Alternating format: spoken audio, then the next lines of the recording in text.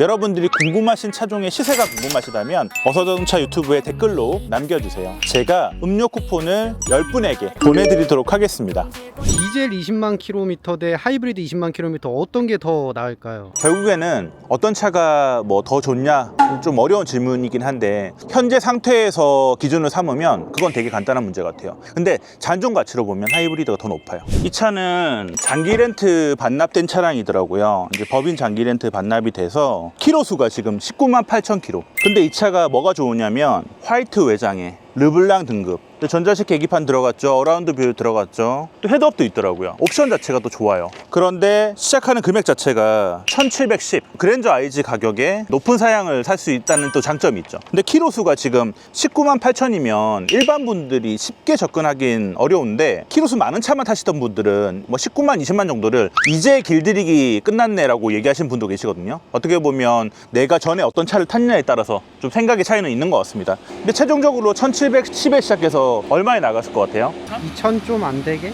저는 그렇게 예상을 했죠. 근데 2100 정도 가더라고요. 그러니까 이런 차는 사실 왜 경쟁이 높냐면, 이런 차가 다시 나올까요? 이런 차가 나올 확률이 없어요. 그래서 이 차를 놓치신 분이 저한테 이런 차 다시 나오면 알려달라고 했는데 기약이 없다고 말씀을 드릴 수밖에 없어요. 이런 차는 그냥 나오면 끝이에요. 그러다 보니까 서로 내가 생각했던 것보다 레버리지 더 올리는 거죠. 실내 한번 볼게요. 실내 같은 경우도 마이너스 요인이 없어요. 시트 배색, 인기 배색이거든요. 전자식 파킹 들어가고, 어라운드 뷰 들어가고, 전자식 계기판, 헤드업 디스플레이 들어가죠. 그래서 이런 차를 일부러 찾으시는 분들이 계세요. 일부러 나는 15만 이하로는 안 본다, 하지만 나는 고사양만 본다, 옵션도 좋고 연식도 높은, 이 차 연식이 23년식입니다 전유 그랜저 23년식 거의 없어요. 그러다 보니까 이 차는 오를 수밖에 없었다 라고 보여집니다. 길거리 지나다니면 이 차 19만이라고 보여질까요? 전혀 그렇지 않죠. 이 차를 사는 이유예요. 그러니까 이런 차를 뭐 추천한다, 권한다 이런 건 아니지만 확실한 거는 키로수보다 연식 같아요. 그건 진짜 정답 같습니다. 디젤 20만 킬로미터 대 하이브리드 20만 킬로미터 어떤 게 더 나을까요? 가장 중요한 거는 지금 현재 상태입니다. 계기판에 경고등 안 들어와 있고, 저희가 이제 스캔해서 나오는 고장 코드가 없었어요. 이제 그래서 저는 이 차를 추천드렸던 거고, 결국에는 어떤 차가 뭐 더 좋냐 좀 어려운 질문이긴 한데 현재 상태에서 기준을 삼으면 그건 되게 간단한 문제 같아요. 만약에 이 차가 디젤이었다, 그러면 이 차도 디젤 자체로서의 상태를 봤을 때 이상이 없고 고장 코드 없으면 진행이죠. 근데 잔존 가치로 보면 하이브리드가 더 높아요. 그건 맞습니다. 왜냐면 요즘에 디젤 차에 대한 관심도가 정말 없어요. 이제는 디젤 차 못하는 거 아니야? 노후 경유차나 그 수도권 진입도 못하고, 그러다 보니까 하이브리드의 뭔가 선호도가 좀 높은 건 사실이에요. 그러면 경매장 이 시장에 렌트카만 있나요? 대여 렌터카, 뭐 소카 같은 차들도 있고, 근데 대부분 허호화 장기 렌트, 이제 법인에서 운영하던 장기 렌트 차량이 많죠. 이렇게 단기로 대여한 차들은 이렇게 외장에 스티커가 붙어 있어요. 네, 상호는 가리겠습니다. 이런 스티커가 붙어 있기 때문에 구분이 가능해요.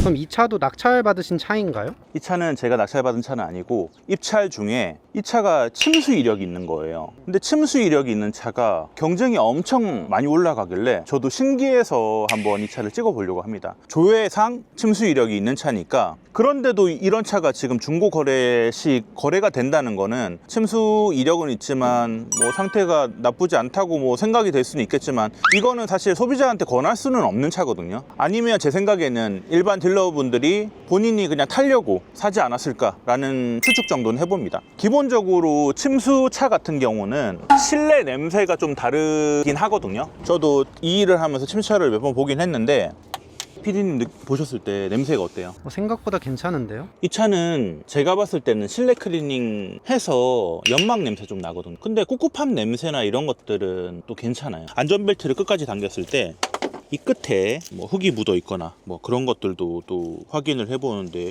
또 그렇지도 않아요.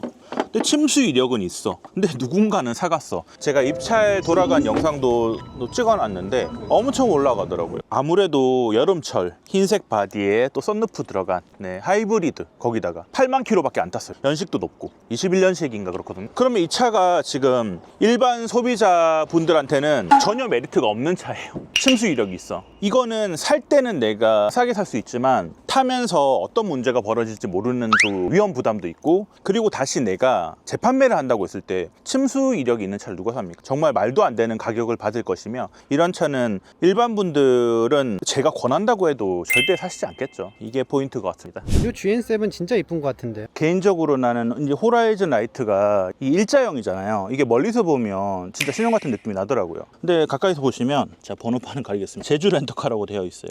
제주도에서 온 차입니다. 기본적으로 대여용 렌터카는 법인 장기 렌트랑 다르게 금액대가 조금 더 낮긴 해요. 자, 한번 보실까요? 익스클루시브 등급이에요. 그러다 보니까 이 차 같은 경우는 헤드업도 빠지고 어라운드 뷰 들어갑니다. 자, 반자율 주행, 차간 거리 유지되는 반자율 주행, 스마트 크루즈도 들어가고, 네, 메모리 시트 1, 2번도 들어갑니다. 더 뉴 그랜저 하이브리드가 캘리그라피 최고 등급 뭐 한 3만 킬로, 2만 킬로, 3만 킬로대 보면 낙찰가가 한 3,300에서 400까지도 가더라고요. 근데 화이트 바디에 시트도 막 밝은 색이고 그러면. 근데 이 차 같은 경우가 지금 낙찰가가 3,435에 낙찰됐거든요. 연식도 23년식, 그리고 출고도 23년 4월, 키로수도 25,000, GN7 신형이고, 근데 외장 같은 경우는 실키 실버, 이제 은색 외장이긴 해요. 썬루프도 들어갑니다.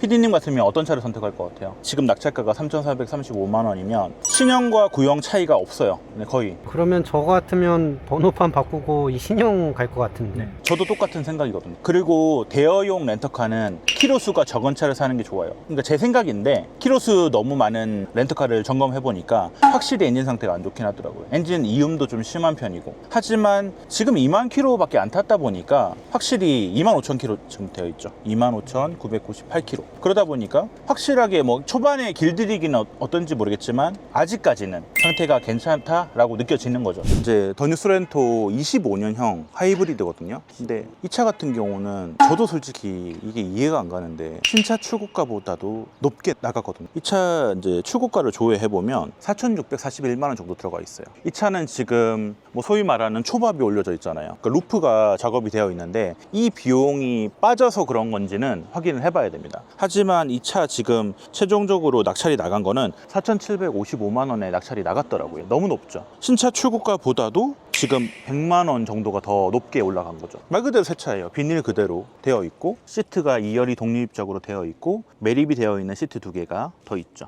6인승. 이게 지금 6인승 구성이거든요. 루프 같은 경우는 이렇게 하이 리무진처럼 우물이 보이죠. TV도 들어갑니다.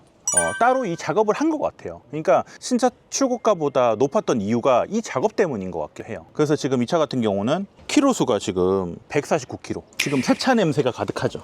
제가 점검하는 모든 차에 이런 새차 냄새가 나오면 너무 좋겠지만 정말 새 차 그대로. 지금 1km 더 늘어서 150km 나와 있네. 계기판에 지금 150km. 지금 뭐 조향 스티어링도 그렇고, 근데 비닐도 안 뜯은 상태니까 이 차는 새 차다. 새 차를 루프 작업을 한 것 같아요. 그러다 보니까 이제 낙찰가가 4,755만 원에도 낙찰 받으신 분이 메리트를 느낄 수는 있어요. 이 추가적인 작업에 대한 것들은 나는 비용 안 들이고 했다라고 생각하실 수 있으니까. 그러니까 모든 차는 가격의 이유는 있는 것 같아요. 근데 그 가격의 이유를 내가 그 가격이 납득이 안 되는 차를 사면 그건 차를 잘못 산 거고요. 하지만 이 차 같은 경우는 이런 추가적인 작업으로 인한 차량의 가치가 올라가서 그런 거다라고 생각하시면 될 것 같습니다. 그리고 이런 신차가 가끔 나와요. 근데 여러 가지 이유가 있거든요. 영업사원이 밀어내기 하다가 경매장에 자금 회수 때문에 뭐 이렇게 출품해서 원금 회수하기도 하고, 갑자기 출고했는데 어려워져가지고 또 차량을 다시 이렇게 판매하는 경우도 있다고 알고 있습니다. 이 차가 지금 소나타 하이브리드 2.0 인스퍼레이션 이제 최고 등급이에요. 근데 입찰이 됐길래 제가 한번 살펴봤거든요. 근데 사고도 없고 22년식에 97,000km, 1920에 유찰. PD님이 만일에 1920 정도 예산이 있으면 이 차 살 것 같아요? 아니요, 그 그랜저 중업 정도 되지 않나요? 그러니까 그랜저 하이브리드랑 또 비교를 할 수 있겠죠. 대형급 그랜저 K7 정도도 1900이 넘으면 살 수 있거든요. 키로수 조정하면. 그러니까 고민을 되게 많이 하시는데, 대부분의 고객분들은 대형급을 선택할 가능성이 높아요. 아무리 중형급의 옵션이 높더라도. 그 이유는 왜일까요? 아무래도 하차감 때문이 아닐까요? 저도 그렇게 생각합니다. 저도 40대가 되니까 보여지는 게 정말 중요하구나. 왜냐면 내가 어떤 차를 타고 다니고 어떤 집에 살고 어떤 사람과 교류하느냐에 따라서 내 주변의 사람도 달라지고 사람들이 나를 평가하는 게 되게 많이 달라지는 걸 느껴요. 그러다 보니까 소나타 2.0 하이브리드 인스퍼레이션 최고 등급이 이 차가 나쁘다는 게 절대 아니거든요. 하지만 이왕이면 더 좋은 선택은 없을까? 라는 고민을 무조건 하신다는 거죠. 자, 시트도 밝은 색도 들어가고 전자식 계기판도 들어가고 어라운드 뷰는 빠집니다. 근데 통풍 시트 이런 옵션도 들어가고 오토 홀도 들어가고 무선 충전에 반절 주행도 들어가거든요. 그리고 소나타 중형급에는 이런 이제 헤드업 디스플레이가 잘 안 들어가는데 들어가요. 옵션적으로는 소나타에서는 거의 제일 좋은 사양, 썬루프 빠지는 이제 풀업급이라고 보시면 되는데 97,000km. 근데 키로수 이런 걸 다 떠나서 이 차가 왜 유차일까? 그런 거를 고민하게 되는 거죠. 사고차가 아니거든. 그러면 분명히 지금 이 시즌에 사람들이 한 1900에서 다른 더 좋은 차를 조금 구하려고 하지 않을까? 라는 생각을 해봅니다. 그런 추측을 합니다. 실제로 상담을 받다 보면 소나타 하이브리드 의뢰를 받는 거는 정말 거의 없어요. 기본적으로 그랜저 이상. 요즘에는 30대 초반도 소나타 잘 의뢰 안 해. 기본 그랜저 이상. 실제 상담이 오는 그 기준으로 말씀을 드립니다. 이 차 낙찰 받으신 건가요? 오늘 2,720까지 입찰을 받거든요. 근데 2,740까지 올라갔어요. 20만 원이 더 올라갔거든요. 경매 실패한 차량입니다. 일단 이 차 같은 경우는 간단하게 말씀드리면 기아의 K8 하이브리드입니다. 그리고 노블레스 등급이고 노블레스와 시그니처의 가격의 갭이 한 300 정도 나거든요. 오늘 이 차 같은 경우는 22년식이 아니라 23년식, 그리고 키로수도 7만 정도, 7만 3천 정도 운행을 했어요. 이제 사고가 없는 차량이고 시작하는 금액이 2,570 정도 돼서 보통 소비자분들은 한 2,650 정도 해보면 어떨까요? 라는 얘기를 많이 하실 거예요. 하지만 시세를 보게 되면 이 차 시세가 3천 정도 나가거든요. 그러면 저희는 기본적으로 2,700은 넘겨야 된다는 거예요. 근데 지금 제 예상대로 2,700 초중반 정도에 나간 거죠. 2,740이니까. 오늘 이 차 간단하게 보여드리겠습니다. 그레이 외장에, 그리고 보시면 이렇게 외형 복원할 부위를 체크를 해놨습니다. 앞범퍼 있고 뒷범퍼 쪽도 이렇게 부분이 도색 판금이 필요한 상태였고, 나머지는 그냥 광택해서 실내 클리닝해서 될 정도의 상태였습니다. 이런 차량들을 지금 어떻게 보면 제일 많이 찾으시는 것 같아요. K8 하이브리드가 감가가 많이 된다는 거는 제가